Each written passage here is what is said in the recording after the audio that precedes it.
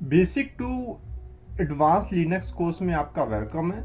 तो चलिए आज हम बात करने वाले डायरेक्टरी। डायरेक्टरी क्या होता है? लिनक्स की डायरेक्टरी के बारे में बात करने से पहले हम आपको कुछ चीज़ें दिखाता हूँ। जैसे ये देखिए, डायरेक्टरी यानी कुछ ऐसा होता है ट्री टाइप का। ये जो आप देख रहे हैं ये एक डायरेक्टरी है। तो देखिए, आप एक मोबाइल लेंगे तो उसके जो एप्लीकेशन होंगे, जो मोबाइल को चलाने के लिए कुछ एप्लीकेशन की जरूरत पड़ेगी, वो एप्लीकेशन कहीं ना कहीं स्टोर होंगे, उसी को आप डायरेक्टरी बोल सकते हैं। और बात करूं, यदि आप विंडो में है तो विंडो में एक सी ड्राइव होती है, ठीक है, जहां पास आपके इंपॉर्टेंट फोल्डर होते हैं जिसके साथ आप छेड़खानी नहीं कर सकती है। विंडो के पर्सनली फोल्डर होते हैं। और लिनक्स में कुछ ऐसे कुछ फोल्डर होते हैं जो लिनक्स को चलाने के लिए बहुत जरूरी होते हैं, उन्हीं को हम डायरेक्टरी बोलते हैं। तो डायरेक्टरी अब लिनक्स को हम दो प्रकार से यूज कर सकते हैं, GUI और CLI। तो ये जो आप देख रहे हैं GULI का फॉर्म है इतने से, ठीक है। और यहाँ साइड जो आप देख रहे हैं वो CLI। तो इसके अंदर डायरेक्टरी मतलब क्या, कुछ फोल्डर जैसे बिन हो गया, बूट हो गया, div हो गया, etc हो गया, होम हो गया, lib हो गया। तो ये सभी एग्जाम में आते हैं, तो हमें कम से कम इनका यूज करना तो आना ही चाहिए। तो देखिए, हम यहाँ पास बात करते हैं बिन। बिन का मतलब क्या होता है? User binary. मतलब क्या, जो आल कमांड होती है वो सभी स्टोर होती है इसमें, जो यूजर की जो पर्सनली कमांड होती है, ठीक है, जो यूजर जिन कमांडों का यूज करता है, जिन एप्लीकेशन का यूज करता है, वो सभी कमांड कहाँ होगी? बिन डायरेक्टरी के अंदर। जैसे हम बात करते हैं, ये हमारा टर्मिनल है, मैं यहाँ ls टाइप करता हूँ। तो यहाँ देखिए ls टाइप किया तो मेरे एक यहाँ पर बिन डायरेक्टरी दिख गया, ठीक है। तो बिन डायरेक्टरी के अब मुझे रूट यूजर बनना पड़ेगा, sudo su, क्योंकि नॉर्मल यूजर यहाँ पास एक्सेस नहीं ले सकता, इसके अंदर कुछ भी नहीं कर सकता। अब मैं आपको बिन के अंदर जाके दिखाता हूँ, और यहाँ पास ls करते हैं, आप देखते हैं। तो ये देखिए, ये सभी कमांड है जो हमारे यूजर की हैं, ठीक है। और ऊपर जाओ जाओ जाओ, तो यहाँ पास से आप इतने सारे कमांड देख सकते हैं। देखिए apt, sudo apt install, इस कमांड का यूज होता है। तो ये आपकी सभी नॉर्मल कमांड आपको मिल जाएंगी बिन डायरेक्टरी के अंदर, ठीक है। अगला क्या है? Boot loader. बूट लोडर क्या करता है? जब आपकी सिस्टम रीस्टार्ट होती है, जब आपका कंप्यूटर ओपन हो रहा होता है, तो किसके क्या होता है? बूट हो रहा होता है। रैम में, हार्ड डिस्क में आपका सिस्टम है कि फाइलें, वो कहाँ जा रही होती है? रैम में, ठीक है। तो इसी स्टार्ट होने की प्रोसेस को बूटिंग कहते हैं, बूटिंग स्पीड। तो बस इसमें जो रिक्वायर फाइल होंगी, जब स्टार्ट होने के लिए जो फाइलों की आवश्यकता पड़ती है, वो सभी फाइल कहाँ होती है? बूट लोडर के अंदर। तो हम आपको बूट लोडर भी दिखा देते हैं कहाँ है अपना। तो मैं और नीचे आता हूँ, मैं इसको क्लियर करता हूँ, CLEAR क्लियर।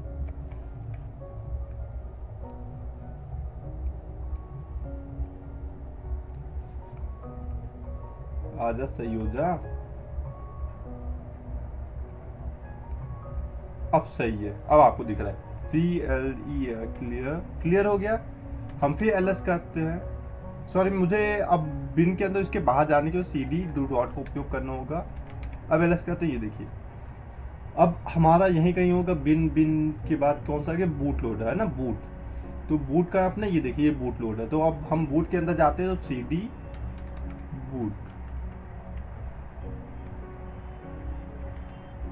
हम बूट के अंदर आ चुके हैं। ये देखिए यहाँ पर सिंबल दिखा रहा है बूट का, ठीक है। बूट के अंदर मैं आ चुका हूँ। अब यहाँ पर सेलेक्ट करके दिखाता हूँ, तो ये देख सकते हैं मेरे अंदर बूट लोडर के अंदर मेरे इतनी सारी फाइलें हैं जो बूट लोडर के लिए इंपॉर्टेंट है। अब चलिए इसके बाहर जाते हैं। अगले बार ये डिवाइस फाइल होती है जो कंटेंट करती है, देखिए, आपका हार्डवेयर, CPU और मॉनिटर सॉफ्टवेयर के बीच इंटरफेस का काम के लिए जिन फाइलों की जरूरत पड़ती है, वो फाइल कहाँ होती है? डिव के अंदर। डिव के अंदर कौन सी फाइल होती है? जो हार्डवेयर और सॉफ्टवेयर के इंटरफेस का काम करती है, ठीक है, दोनों को जोड़ती हैं, जिससे हम कंप्यूटर या मोबाइल को एक्सेस कर सकते हैं। तो ये देखिए, हम यहाँ पास फिर टर्मिनल में दिखाता हूँ आपको। ये रहा डिव अपना। डिव के अंदर ही जाना चाहे तो वही प्रोसेस, CD जाओ, डिव ls। तो ये देखिए, डिव के अंदर इतनी सारी फाइलें हैं। अगली कम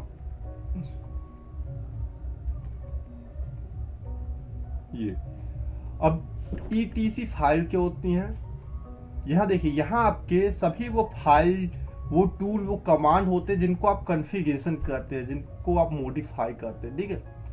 फिर इसके बाद आता है होम डायरेक्टरी, हम इसके बाहर जाते हैं पहले ls। फिर इसके बाद ये देखिए हमारे यहाँ पास होम डायरेक्टरी है।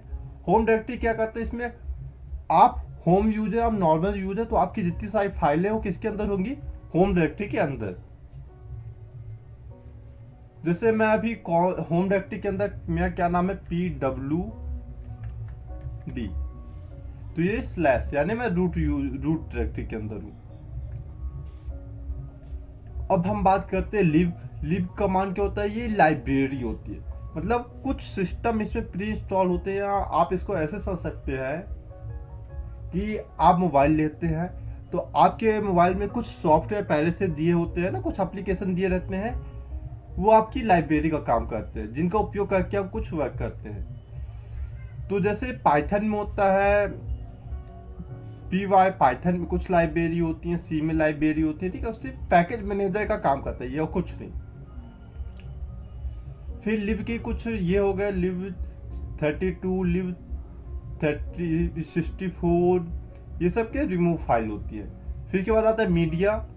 मीडिया रिमूवल मीडिया डिवाइस, जैसे आप अपने मोबाइल में पेन ड्राइव लगाते हैं, ठीक है, CD राइटर लगाते हैं या मेमोरी कार्ड लगाते हैं, तो ये सभी फाइलें कहाँ से होती हैं, इसके अंदर, मीडिया के अंदर। माउंटेड डायरेक्टरी, MNT क्या, टेम्परेरी फाइल डायरेक्टरी होता है। OPT यहाँ पास ऑप्शनल पैकेज होते हैं या जो यहाँ पास स्टोर होती है, ठीक है। अब बात करते हैं PROC प्रॉक्स या प्रोसेस इंफॉर्मेशन। जब आपकी सिस्टम प्रोसेस चल रही होती है तो उसकी इंफॉर्मेशन जहाँ मिलती है। हम चलिए एक बार प्रोसेस के अंदर जाके देखते हैं। प्रो के अंदर अपना प्रो कहाँ गया, प्रो है प्रो, ये रहा प्रो। तो चलिए हम प्रो के अंदर जाके देखते हैं, ls cd प्रो कहाँ गया, PROC प्रो ls।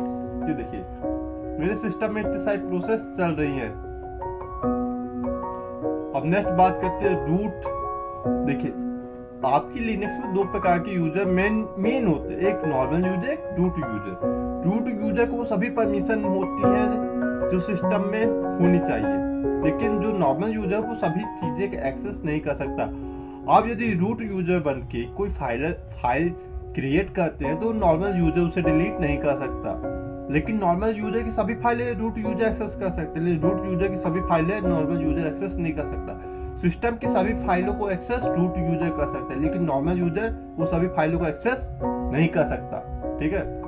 तो इसके बाद नॉर्मल नंबर, रन, ये time run of variable data है, मतलब कुछ रन टाइम में कुछ वेरिएबल डेटा होते हैं, ये सभी फाइलें, इस तरह की फाइलें यहाँ पर स्टोर होती है।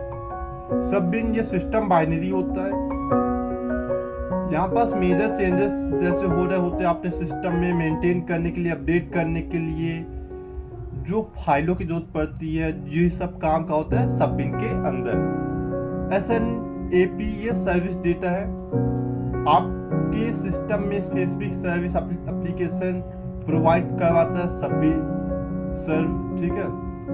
इसके बाद SOIS डिवाइस इंफॉर्मेशन, ये आपके हार्डवेयर कर्नल के इंफॉर्मेशन को बताता है। TMP ये टेम्परेरी फाइल है, ठीक है। अगली बात यूजर, ये यूजर प्रोग्राम, आप इसमें रीड कर सकते हैं, ओनली डेटा को देख सकते हैं, सोर्स कोड को देख सकते हैं यूजर के अंदर ./यूजर के अंदर, लेकिन इसको मॉडिफाई या कुछ उसके साथ छेड़खानी नहीं कर सकते, ठीक है। ओनली रीड ओनली फाइल समझ लीजिए आप।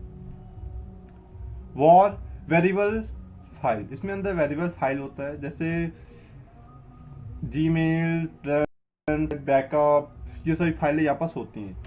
तो आज के लिए इतना ही। यदि आपको वीडियो पसंद आया तो प्लीज इस चैनल को सब्सक्राइब करिए और नेक्स्ट वीडियो में हम मिलते हैं।